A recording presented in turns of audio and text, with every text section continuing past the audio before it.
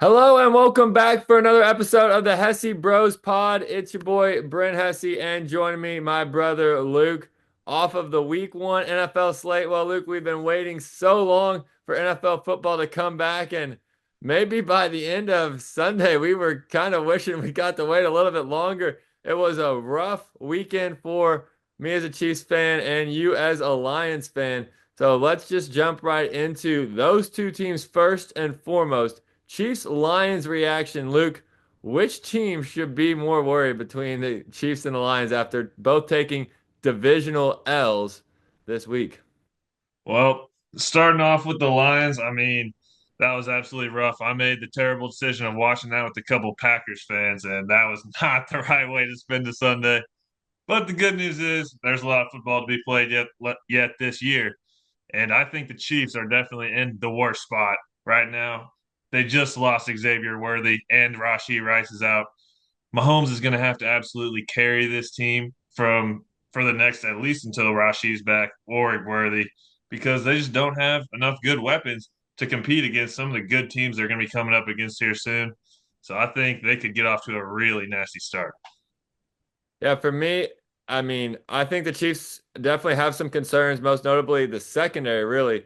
Without Justin Reed, they were getting diced up. Justin Herbert had like his best game of all time. They were making Keenan Allen, who nobody wanted all offseason, look like he was back to 6 years ago. Quentin Johnston is the best Brazilian wide receiver of all time. I mean, he's got the best stats of any receiver of all time in Brazil. And yeah, the defense was problematic, and obviously for the second straight year, a Chief just took out one of our best receivers. Last year was Mahomes on Rice. This year it's Kelsey on Xavier Worthy. I don't know what it is about those guys, but they just can't seem to get out of their own way.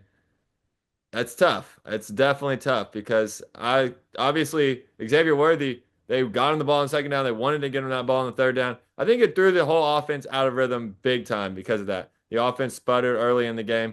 But even then, with Mahomes having no real, let's say, star weapons, he was still cooking late in that game. They kept scoring drive after drive, drive after drive, just could never catch up because the defense could not get the late stops that they needed to actually have the ball and have a chance to take the lead at the same time in the second half. But overall, it's definitely the Lions for me. This team just did not look like the same team that I watched last year. The offense was not creative. They were just trying to get Jahmyr Gibbs the ball, and that's the worst stat line I've ever seen. 10 catches for 31 yards is just atrocious. And the offensive line could not protect. That's one thing about Goff. When he doesn't have time, when he's got pressure in his face, he struggles. He throws a bad pick in the red zone because of it, and the offensive line did not look good. They were getting collapsed on every single play. They've got some new pieces there, and I'm worried about that.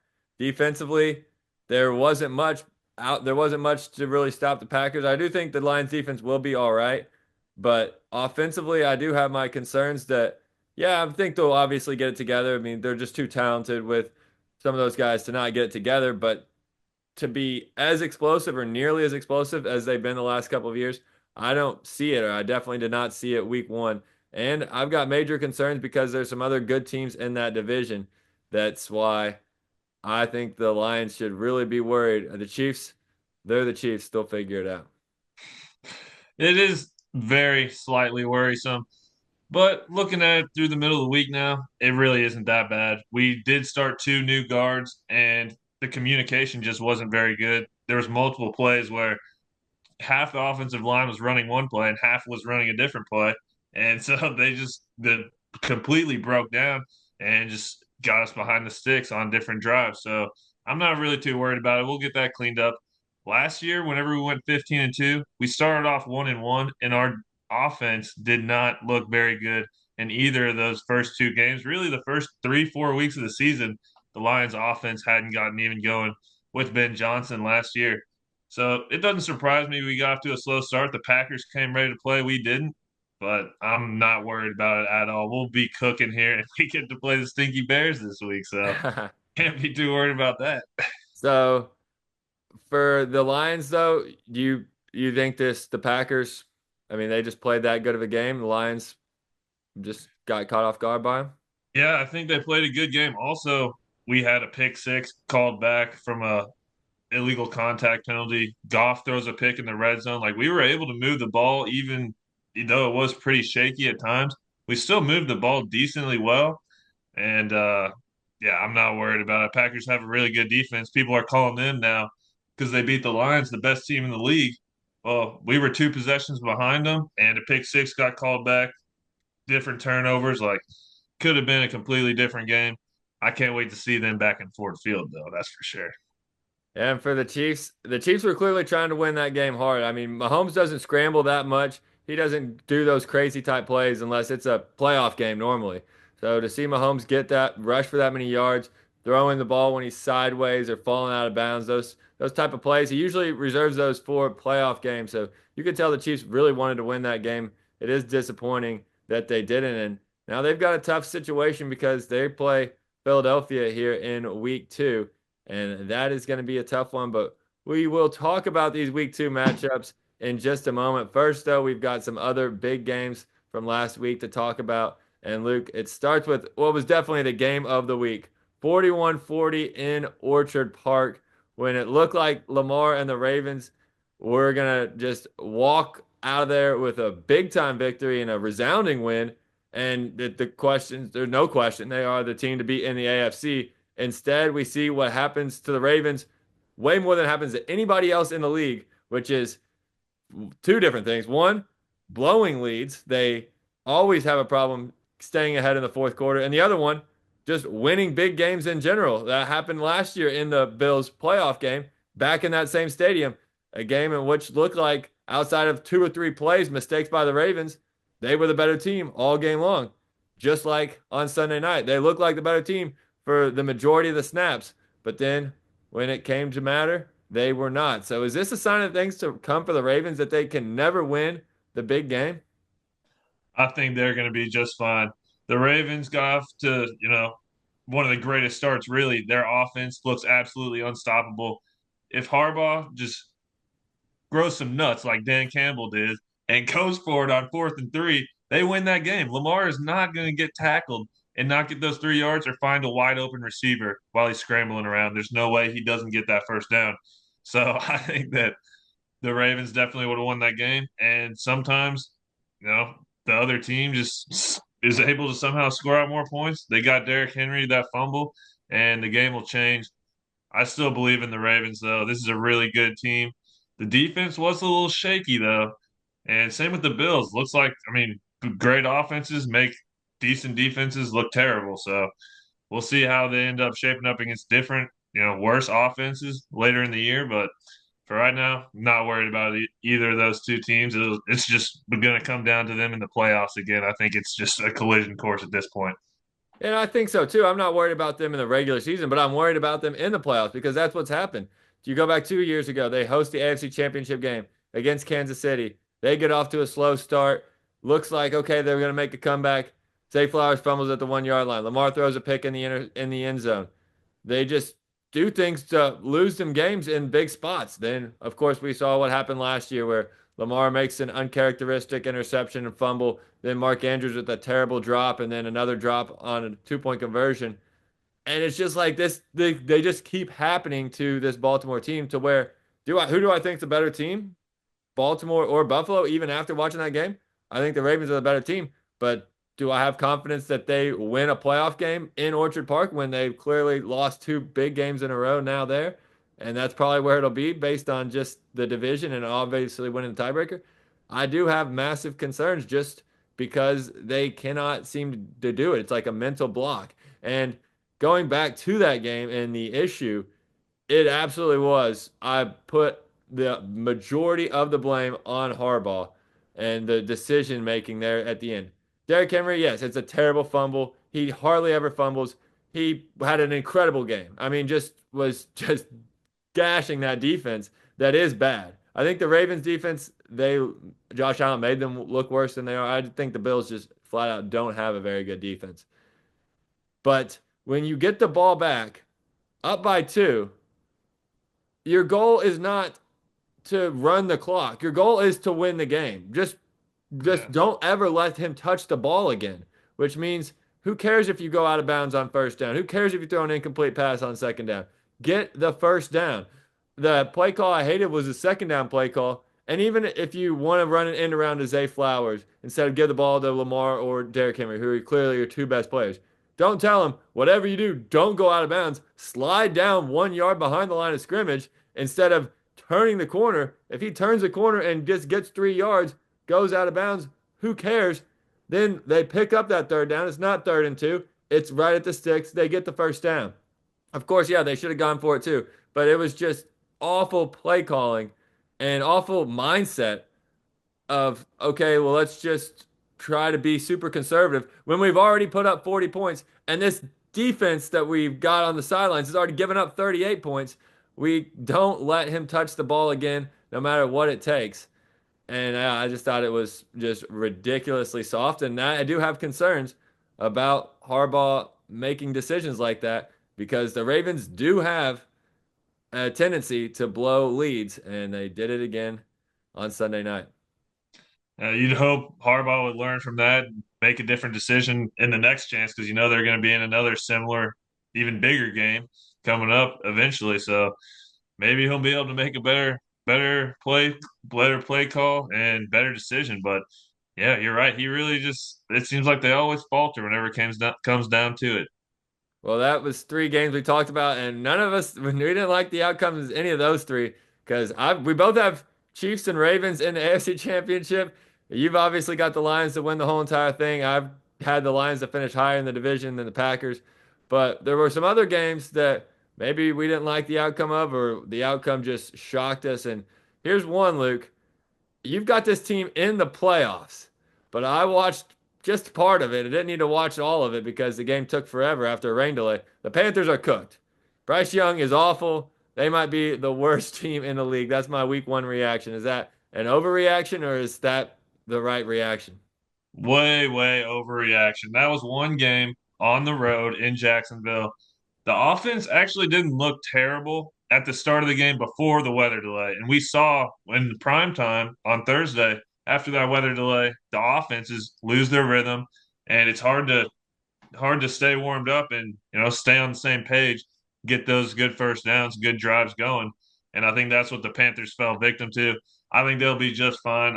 I liked what I saw out of Teteroa McMillan. He looks like he's going to be a dog in this league, and I think Bryce Young is going to be able to step up. Chuba Hubbard's still a really good back.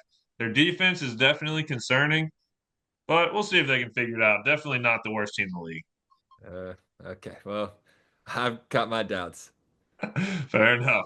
But what I saw, you can tell me if this is an overreaction, but the Texans, and particularly their offense, is not that good at all. And compared to those other two teams in the division, the Jaguars and the Colts, both having pretty strong wins, I think the Texans could be third in that division. Minor overreaction because I was with you. Texans defense. I mean, Texans defense is great. Their offensive line is, I think, the worst in the league. It was bad last year. It got worse. That was one of my favorite plays last week was Texans and Rams under, and it smacked by a mile. But the Texans were still with the chance to win that game in the fourth quarter, driving late in the game. They've got the ball. They fumble in Rams territory on the road. Yeah, it was not pretty, but I think that's how Texans games are going to be this year. They're not going to win in shootouts, but it's going to be up to CJ Stroud to try to get as much as he can off of a hamstrung offense. They don't have Tank Dell, they don't have Joe Mixon. They're out receivers. They don't have a running. The running back is Chubb, who's coming off gruesome injuries. Like they don't have weapons at all, and they don't have an offensive line. Stroud has probably the least amount of help in the league. It's debatable. Nico Collins is great, but you can't just rely on one guy. Their defense, though, is a force. They were getting after Stafford all game long. They're going to continue to pressure teams throughout the course of the season. That's where D'Amico Ryans hangs his hat. They've got a nice secondary as well. So minor overreaction because the Colts, come on, Luke. We both said they were at the bottom of the division a week ago and might be in the running for the number 1 overall pick. They played a sad Dolphins team. The Texans and the Jags, though, that is a legit conversation because while the Texans' offense is not going to be good, their defense is real, and the Jaguars' defense is not going to be good. But their offense did look nice, and I do think that Maybe the Texans aren't the top team in their division, but they're not third.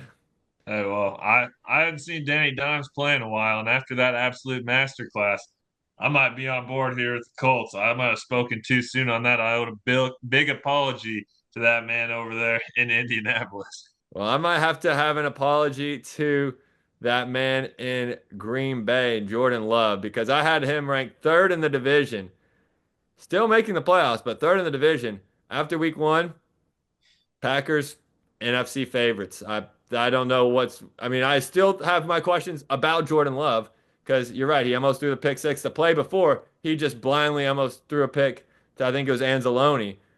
So he still makes just these what the hell are you doing type plays. But everywhere else, Josh Jacobs, solid. Offensive line, solid.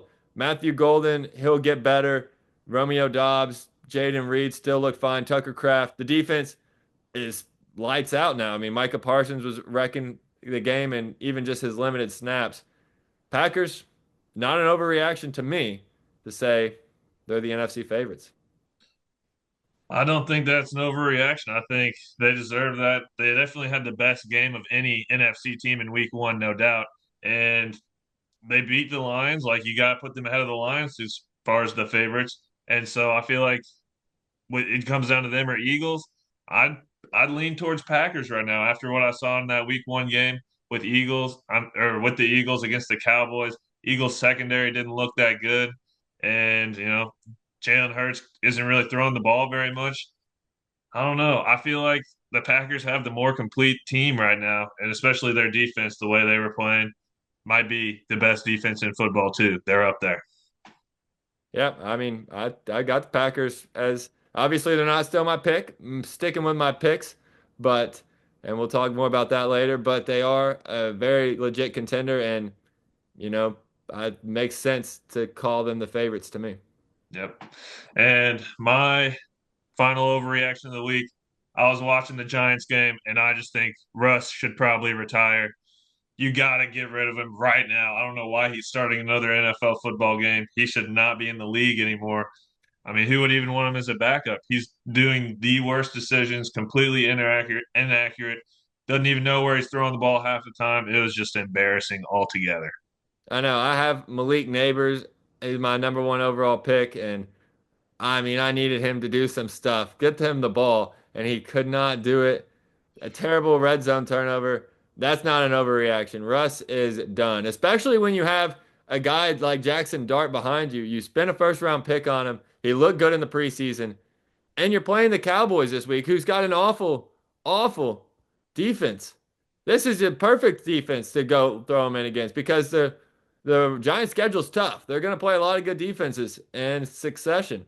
This wouldn't be a bad one to just throw him in and let him see what he can do because Russ is done cooking. That is for sure. He needs to get out of the kitchen and out of the league pretty soon. I agree with you there. Or even just give me Jameis. That would be awesome. I'd turn that on my TV for sure. Yeah, I don't know if that'll help my Malik Neighbors situation much if Jameis is doing it, but it couldn't Oh, hurt. oh, he'll be launching it down there. I mean, at least the targets might maybe 60% will be catchable instead of 40. Yeah, that's true. I mean, the Giants looked awfully rough. I didn't expect them to look great, but it was pretty surprising how bad they looked. But there were a lot of surprising things from week one, Luke. Luke, what is one of the most surprising things you saw in the week one of the NFL season? Definitely most surprising is an absolute all-out shootout between the two teams that swapped quarterbacks from the previous year, Justin Fields versus Aaron Rodgers. What a great game. I loved what I was seeing all day, checking over that TV screen. Aaron Rodgers looks like he's back. He might have just, been washed for a little bit, but now he's back dirtied up and he's ready to fire again. I mean, you can't put this man down 4 TDs in his game against the Jets. I'd love to see it continue. DK Metcalf looked like an absolute beast, and that's going to be a good combo going forward. And Justin Fields to Garrett Wilson is also going to be a good combo going forward. I mean, this is a tough one to tell how this is going to pan out for the rest of the season, especially because these are two teams that knew each other well with Rodgers and the Fields connection, all that. So it's tough to really, see how this is going to go for the rest of the season, but I'm definitely going to be tuning into both these teams' games moving forward, seeing what they can do next. I think that's a great take because watching the early slate, it was like, wow, it's the end of the first quarter, and that's the highest scoring game right now. And then same at halftime, and then throughout, I would have never predicted that. They would have been towards the last one of the games, I thought. So very surprising that it was a shootout between Rodgers and Fields, especially when neither quarterback had gotten that much hype in camp. Actually, but kind of in the opposite. Both did not maybe look the best. Instead, they put on a show. But I absolutely agree with you in the fact that, yeah, it was fun to watch. I'm not taking anything from that and projecting it forward. I'm going to need to see it again from both those teams if I actually, and I'm excited to watch it now, but I don't know if I'm going to count on either one of them just yet. I'm definitely not sold on their offenses, especially when I thought both teams' defenses would be more the strengths of that team. So, a very surprising result in week one. Something else that really surprised me, Luke, were the freaking kickers of week one. I mean, just absolute pain and panic everywhere for kickers. You know, I was rocking with the Cleveland Browns, and I see that guy just shank an awful field goal after he missed an extra point. Then I'm like, okay, well, the Browns aren't going to do it for me. Maybe the Falcons will. Then I see Young Ho Koo just do the exact same thing, miss the game winner. Jake Moody gets fired because he soiled it so many times, kept my Seahawks in it long enough. Eventually, the 49ers end up winning that game. Then you get to Sunday night, and the new kicker for the Ravens misses a crucial extra point late in that one. I mean, there were just missed kicks after missed kicks that cost teams all weekend long. I mean, the kicker should not be that big of a story. You've had all offseason to practice. You just kicked the ball through the uprights, and it was a disaster. Yeah, and I mean, yeah, it was absolutely nuts. So many missed kicks, but then you also had an absolute dot in the game that I was talking about earlier, Steelers versus Boz. Jets to win the game, 60-yarder from Boswell. That's insane. You're right. Kickers were absolutely off the chain this week. And even Butker the same way. Butker goes and they run this amazing fire drill kick right before the half. He has no time to line it up. They have no time to get set. He kicks it with the regular. They have kicking balls, regular balls. Kicks it with the regular ball, 59 yards, just drills it at halftime, gives the Chiefs some momentum. And then to tie the game up, he misses an extra point, and the Chiefs were chasing the rest of the way. So even in just one kicker, yeah, I mean, you go from the highs and lows, and wow, I did not expect kickers to be that big of a storyline week one, but they absolutely were. That's our week Absolutely. one coverage, Luke. And you ready to talk about week two? Because we got a full slate. Get me past week one immediately. Yeah, please. Let's do it. All right. So starting off week two, we got Thursday night football. Washington is going to Green Bay. Green Bay starting off with two home games. And Brenton, this one, what do you think it will take? Do you think it will take some Jaden heroics to be able to get the dub? I honestly do. I mean, we just talked about Green Bay, how they looked loaded week one. That's across the board. Maybe you say wide receivers. Washington has better wide receivers. Defensively, the Packers on the offensive line, but it's Jaden Daniels and those wide receivers that he's going to be throwing to.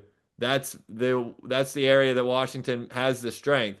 And if Washington's going to win this game, which it's a tough one for me because Washington is my pick in the NFC to win the whole entire NFC, and I still have a lot of confidence in that. They played the Giants.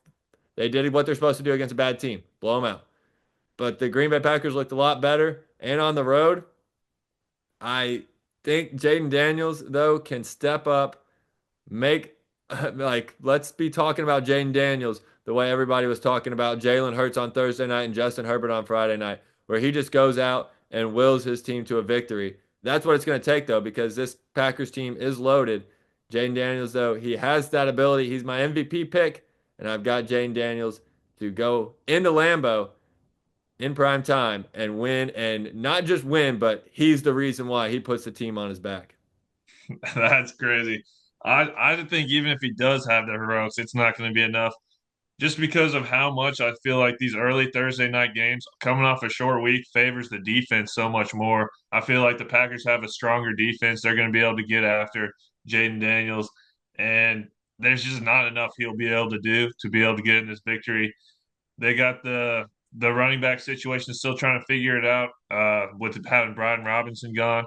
and you need to have a good, solid run game. You saw it didn't even work for the Lions, so I don't think it'll work very well for the Commanders. Jaden will have to do just too much. Won't be able to get this dub. That is a good point. The Thursday night games make it tricky, and especially Packers getting to stay at home. They were at home week one. They get to stay there while Washington has to travel on a short week. But we will see. I'm going to go with the Commanders in that one, Luke. Well, let's go to the Sunday main slate now. All righty, let's do it. Let's start off with Eagles and Chiefs. B Hess. This is the game of the week. We got to talk about it. Super Bowl rematch, double Super Bowl rematch. But is Mahomes just out of weapons? Is he not going to have enough to be able to get it done, get his revenge from that game in February? Well, I know you're concerned by that, and I am too. Yes, it sucks not having Xavier Worthy. He missed practice. He's not going to play. Hopefully, he doesn't go on IR. Hopefully, he'll be back in a couple of weeks. But obviously, Rashid's out till week 7. X-Man is out. Hollywood Brown was targeted 15, 16 times on Friday night. And that's a concern because Kelsey, to be honest, he looked like he was just playing decoy ball. And maybe they just were doing that to set up for the long play where it looked like he was going to be a decoy again. Then he gets a touchdown. But every play, he was the one on the Xavier Worthy. He's running the pick play. They did that later on in the game with Hollywood Brown. And maybe that's just the case these days where Kelsey, he's not gonna be that guy where you can feed him the ball. It's just gonna be pick your spots here and there. I kind of see that's gonna be the case. But the guys behind Hollywood, I think, can step up in the interim. I don't want Juju to be the long-term wide receiver 2. I don't want Tyquan Thornton to be the full-time wide receiver 3. But in the meantime, I think those guys can both do enough. We saw each of them make some plays last week. Mahomes is going to have to spread the ball around. This Eagles defense, I have my questions about them after they lost so much from last year. Now they get Jalen Carter back. That's massive. But Mahomes, he's never lost 3 games in a row in his NFL career. He lost the Super Bowl. He lost week 1. He's never lost 3 in a row. And he's going to have to pull out the magic tricks and he's going to have to just will his team to victory. Meanwhile, the defense is going to have to step up and play improved on that side of the ball. But I think that the Chiefs do get the victory in a shootout, 31-30, and Mahomes' magic is back. Yeah, it's going to be electric. I can't wait to see it. I hope it's a good game. And I think Andy Reid is going to be the one with the magic tricks. He's going to have to come up with a good game plan. I think that's going to be the difference between what we saw last week against the Chargers. Worthy was definitely going to be a huge part of their game plan. He goes out so early in the game. All they know what to do is just throw up to Hollywood Brown after that. I mean, the game plan was completely thrown off. They're going to have something ready to go, and it's going to have to be Kelsey, I think. Give Kelsey a couple weeks to find some of that prime left in him. He's got to have some prime left. Get a little bit of that just these next few weeks, so you can take a break till January. No one cares after that once you got Rashi back. But I think he's going to be like, all right, let's make a good game plan, get Kelsey open, big target over the middle. I think that's the only way the Chiefs keep it close. And even with that, I'm going with the Eagles. I feel like they just have the better team. The secondary is definitely exploitable, though. But now Jalen Carter didn't get suspended. If he would have got suspended, I could definitely see the Chiefs having a big chance to win this game. But he's going to be wreaking havoc up there. And Mahomes will need to get a rhythm to be able to win. I don't think he'll be able to. It's going to be a tall task, no doubt about it. Hopefully, the Chiefs can fire up and not fall to 0-2. Another team that could fall to 0-2. One of these two teams will when we go to Ford Field for the first time this season. Bears at Lions. And the big storyline for this one, Luke, is obviously the coaching matchup. You've got Ben Johnson, you've got Dan Campbell. Johnson now taking over with the Bears, and he looked good on those scripted drives. First drive against the Vikings, scripted it. They get the touchdown. Meanwhile, the Lions, they looked like they were missing him pretty much the entirety of the game. Which coach do you see having the upper hand just in the familiarity? Who's going to have the advantage knowing what the other team knows? Maybe not that will make one team win or not, but who do you think the familiarity favors in this matchup? As far as the familiarity goes, I mean, I feel like you got to give it to Ben Johnson. He was the one with Detroit with all these players for 3 years and going up against them in training camps and really understanding the offense so well. he knows this offense probably better than John Morton knows his own offense here with Detroit because we're not changing too many things from having the best offense in the league last year. We're going to try to run a lot of the same stuff. So Ben Johnson is definitely going to know what we're going to try to do. But we got the better players. And this is the Bears we're talking about coming to our house. It's going to be absolutely rocking in Detroit. This city is not going to allow an 0-2 start for their football team that they've been waiting this long to see a team this good in the city. They're not going to start 0-2. And it's basically a must win for the Lions because next week we go to Baltimore. So if we lose this, decent chance you're starting off 0-3. And teams that start off 0-3 do not make the playoffs. So this is about as close of a must win as you can see in week two. And the Lions just got the better players, though. I like to see a huge game from our running attack, though. It's got to be Gibbs, it's got to be Montgomery, and open up that play action later in the game. It's going to be a huge bounce back week, and the defense is going to be so fired up. Once it gets past that script, like you said, for Caleb Williams, I don't know if he'll be able to have what it takes because of how loud that Lions Stadium is going to be trying to get the communication right. And he was absolutely frazzled last week at home without the crowd noise in that second half. So I don't see him being able to put up some sort of Superman performance in the second half against the Lions. I agree with pretty much everything you said there. I think that's the one thing that worries me. Ben Johnson knows this team.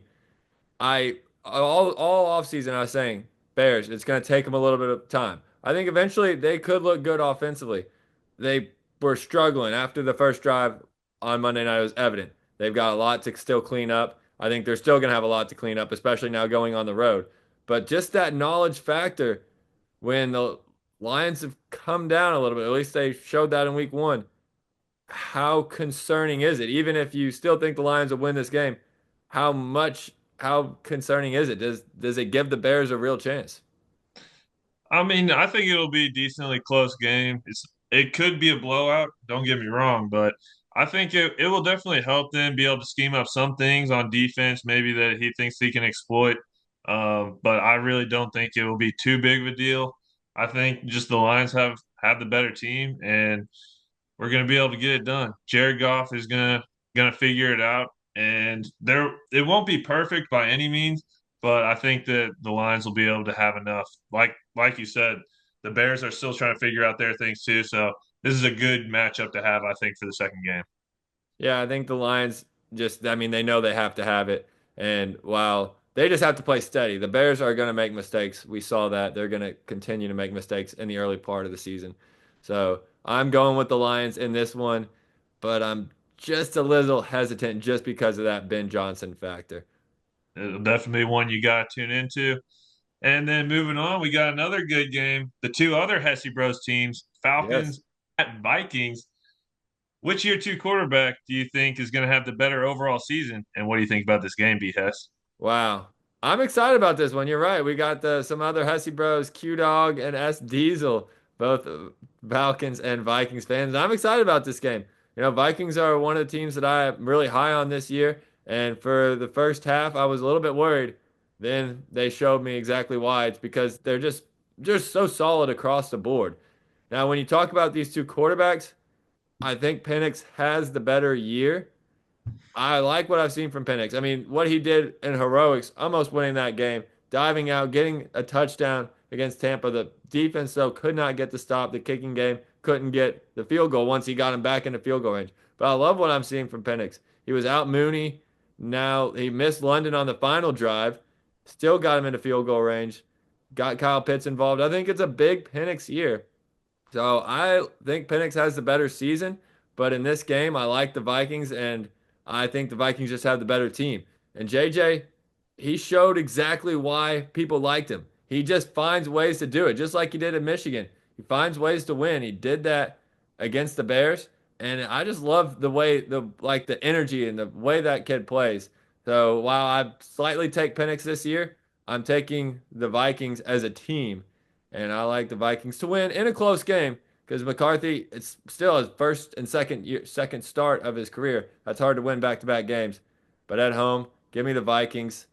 But watch out for Penix this season. I'm in lockstep with you, Brent. I think if Drake London ends up playing, he's questionable right now. The Falcons offense will be able to have And a I do pretty think he solid will game play. plan going up against the Vikings. But if they don't have London and they have to rely on Bijan and Kyle Pitts, yeah, it's just not going to happen for them this week. If London plays, I do like the Falcons' chances, but it'll definitely be a close game. But what I like to see from the Vikings last week, I didn't like it as a Lions fan, but really impressed me was that running back combo they have now with Jordan Mason. He looked fired up for that game against the Bears. They got a good downhill back with him and Aaron Jones receiving back, a really good tandem there to help out the young quarterback with McCarthy. They got weapons. They're getting Addison back soon. I think these two quarterbacks are both probably going to have a good year. I do slightly lean Penix too, though, but these young quarterbacks, they're exciting, man. All of them from that draft class. Yeah, that draft class. Usually there's a miss or two there. I mean, so far, Jaden Daniels obviously not a miss. Drake May had a tough week. Caleb had a tough week. Penix and McCarthy both look good. Nick's had a tough week, but they've all shown stuff. It is an exciting class from last year's draft class. Well, Luke, we've got one more game to talk about, and that's a Monday night game. Chargers on the road at the Raiders. It's an AFC West showdown, and for me, now that the Chargers are out in front, Chiefs are going to need the Chargers to come back to the pack. Is this a spot right away? A letdown spot? You're traveling from Brazil. You just got the biggest win and and probably a long time just in Chargers franchise history because they haven't won a playoff game with Herbert. Now you're on the road in a division game. Is this a spot where the Chargers could let it slip? It's a huge game. I think it's a little bit too early to call it necessarily a letdown spot or something that they weren't ready for. I mean, this is a division matchup going up against a team they're still familiar with. The Raiders have had a lot of changes in the offseason, new coach, new quarterback, but I still think that the Chargers are going to be able to get it done. There's still some things, even though the Raiders did handle the Patriots pretty well in that first week, the Chargers were so much more impressive. I don't see them letting this one slip by. They they took the lead from the Chiefs in that game in week 1. They're not going to let it go that quickly. Yeah, I'd have to agree with you, although I'd like to see the Chargers lose this one. I don't like seeing the Raiders win ever either. So it won't be mad whenever Herbert dials up against that defense just like he did against Kansas City. I think the Chargers win this. Harbaugh, he's a good coach. I think he's going to he's too good to let him lose focus that quickly in the season. Although it is tough. It's a lot of travel. You're coming back to America uh after being, way out of the country. So if it happens, it wouldn't shock me, but I do not predict it. I'll take the Chargers in that one. And now it is time for some of our other predictions this week, Luke. We're gonna say our favorite bets of the week, what teams we love, what teams we think could get sneaky, and anything else. Give me your lock of the week. Absolute lock. If you're in a Survivor League, give me the Cowboys over the Giants. Like I said earlier, Russell Wilson is playing as quarterback in this game. They announced him as a starter, and the Cowboys offense looked pretty solid against the Eagles. They'll be able to cook that Giants defense. And I know Russ is not going to have an answer. He's not putting up more than 20 points in this game, and the Cowboys will be able to get that easily. Big dub for the Cowboys. They'll be 1-1. The team that I think is a lock is the Arizona Cardinals because they play the Carolina Panthers and the Panthers look very, very bad. Cardinals, they maybe it was a little tougher than some people would hope if you're rooting for the Cardinals in week 1 in New Orleans, but now you come back home and you get to play against an even worse team potentially. Kyler Murray's, I think he's going to be nice with it. They got Trey Benson involved. That could be a two-headed monster between James Conner and Trey Benson. Now you get Maserati Marv taking that sophomore surge along with Trey McBoo McBride. He's going to be nice with it this year. And yeah, give me the Cardinals as my lock this week.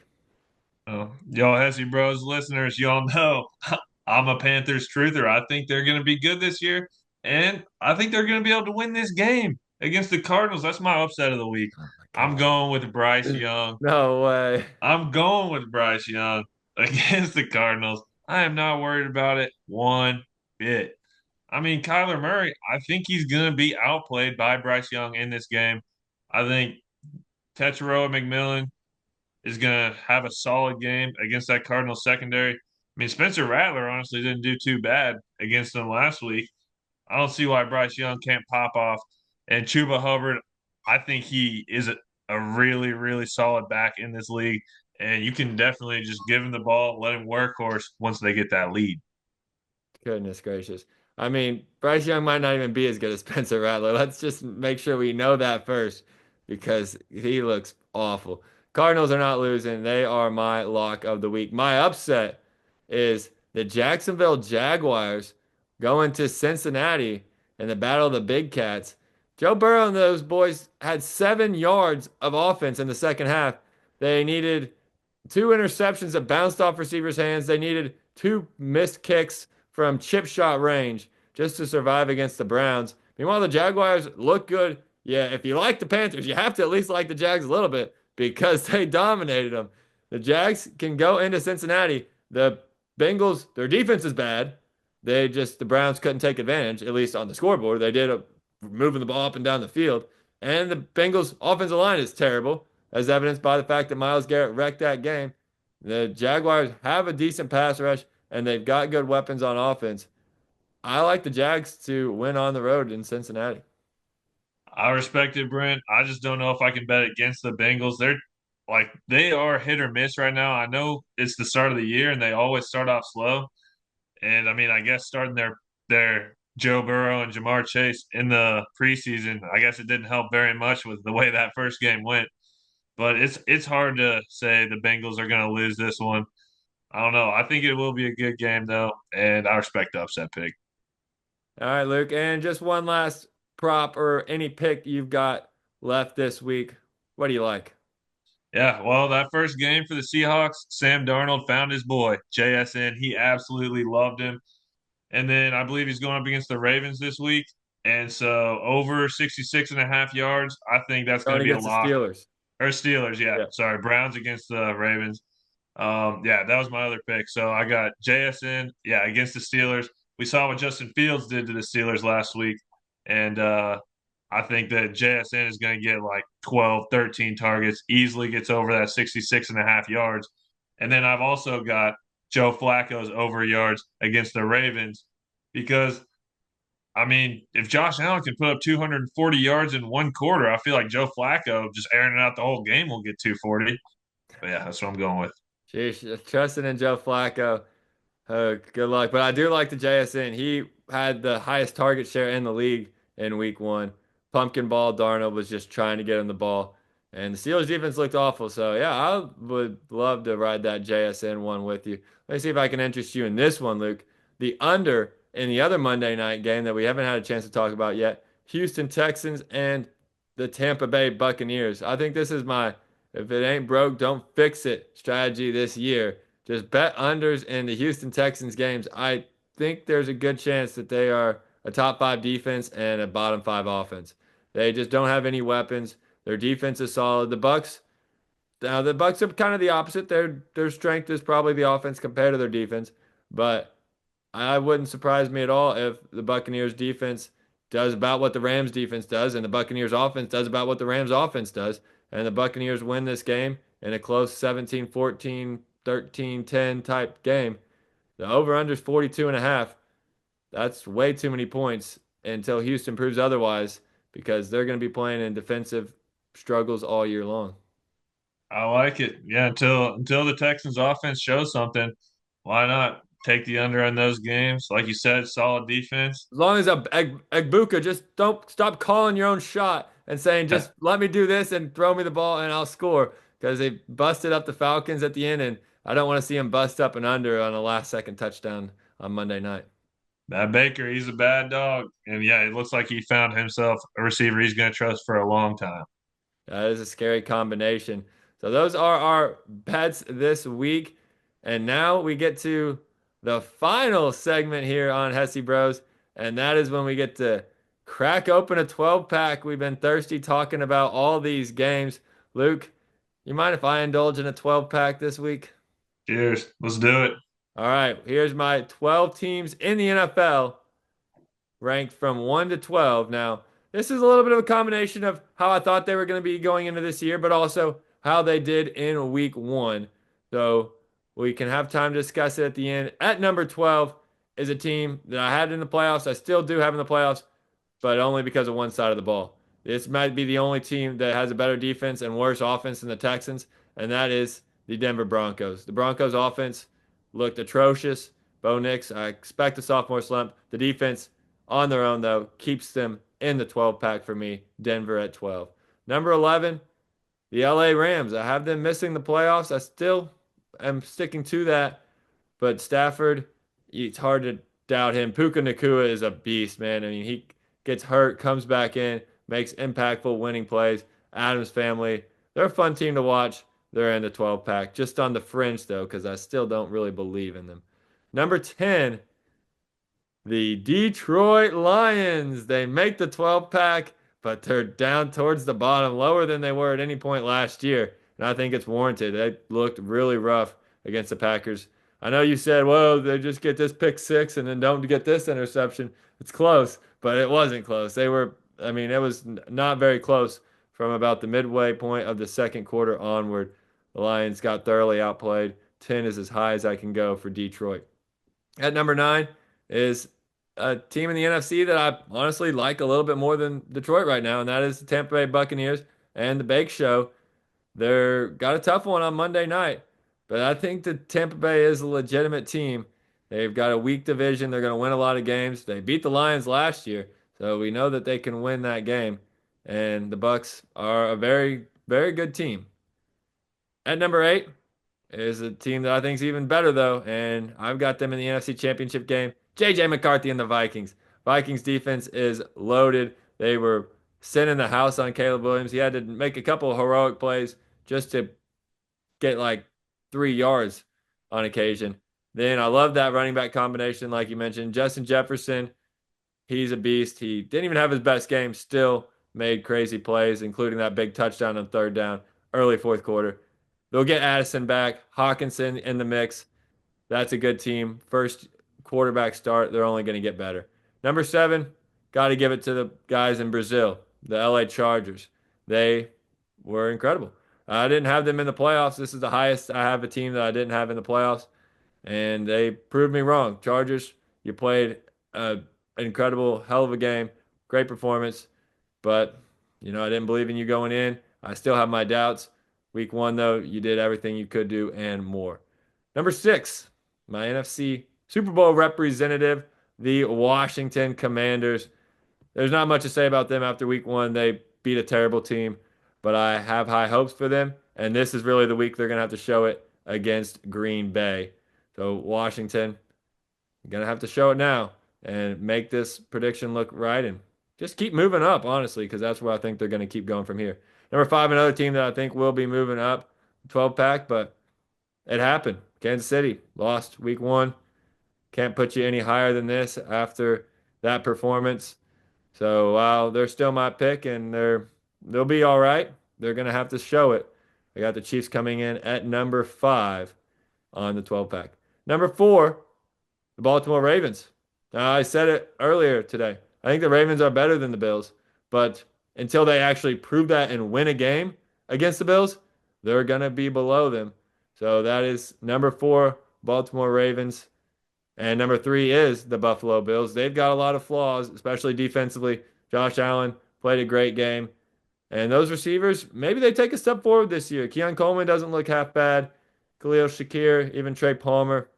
Maybe they got something going there, but the defense is just yikes. It really gave me a lot more confidence as a Chiefs fan watching that Ravens Bills game because the defenses both look in rough shape, and it's not just the Chiefs that have a bad defense out of those AFC contenders. But right now, I have the Bills as the highest AFC contender because my top 2 at number 2 is the Packers. They have looked amazing. They look the best out of any team in week 1. So I'm putting them at 2, but not going to put them above the defending Super Bowl champs, who they had their struggles in week 1, but they still won. The Eagles are number 1 in my first 12 pack. So there you go, Luke. I like it. Only a couple gripes. I think those top five are about the only way you could put it. And I think you got the order, pretty much right on those top five. Moving down, though, I think the Rams need to be higher than number 11. They were a really solid team at the end of last year. Almost were able they were the closest team to taking out the Eagles in the playoffs, no doubt. And their defense is young and only getting better. Added Devontae Adams defense against the Texans and had a pretty solid game offensively. I would definitely put them, I think, right around where where the Chargers are at. I think those two teams are very comparable right now. That I think you need to add one spot in there, those Broncos off, and throw in the Pittsburgh Steelers. I think they deserved it after this past week. Their offense looks really good, and the defense is definitely going to come into form with Tomlin. They got to be in the 12 pack. That's those are both fair. You had the Rams winning that division to start the season, so I could see why you would like them more. I still have my doubts, just like you had the Steelers in the playoffs. I did not. I have my doubts on both of those two teams, but right now, those are spots that maybe you were a little bit closer than I was, although there's a lot of spots the other way. So I'm excited for your first 12 pack next week, Luke. Wow. We Be ready for great. week two football? Hopefully it gets a little bit better than week one in terms of the teams we're rooting for. Oh, it will. I got a great feeling about it. And if it doesn't, it's not going to happen. Lions are winning. Chiefs, 0 Either 2 is way, nothing to them. if not, you'll just have to just hit that 12 pack even harder, huh? Because Yeah, definitely going to be a lot of 12 packs. we'll be rooting for the Chiefs and the Lions this week. Both big games. A lot of great games in this week two slate. Thank you for tuning in to the Hesse Bros pod, and we'll see you next week for some more NFL football.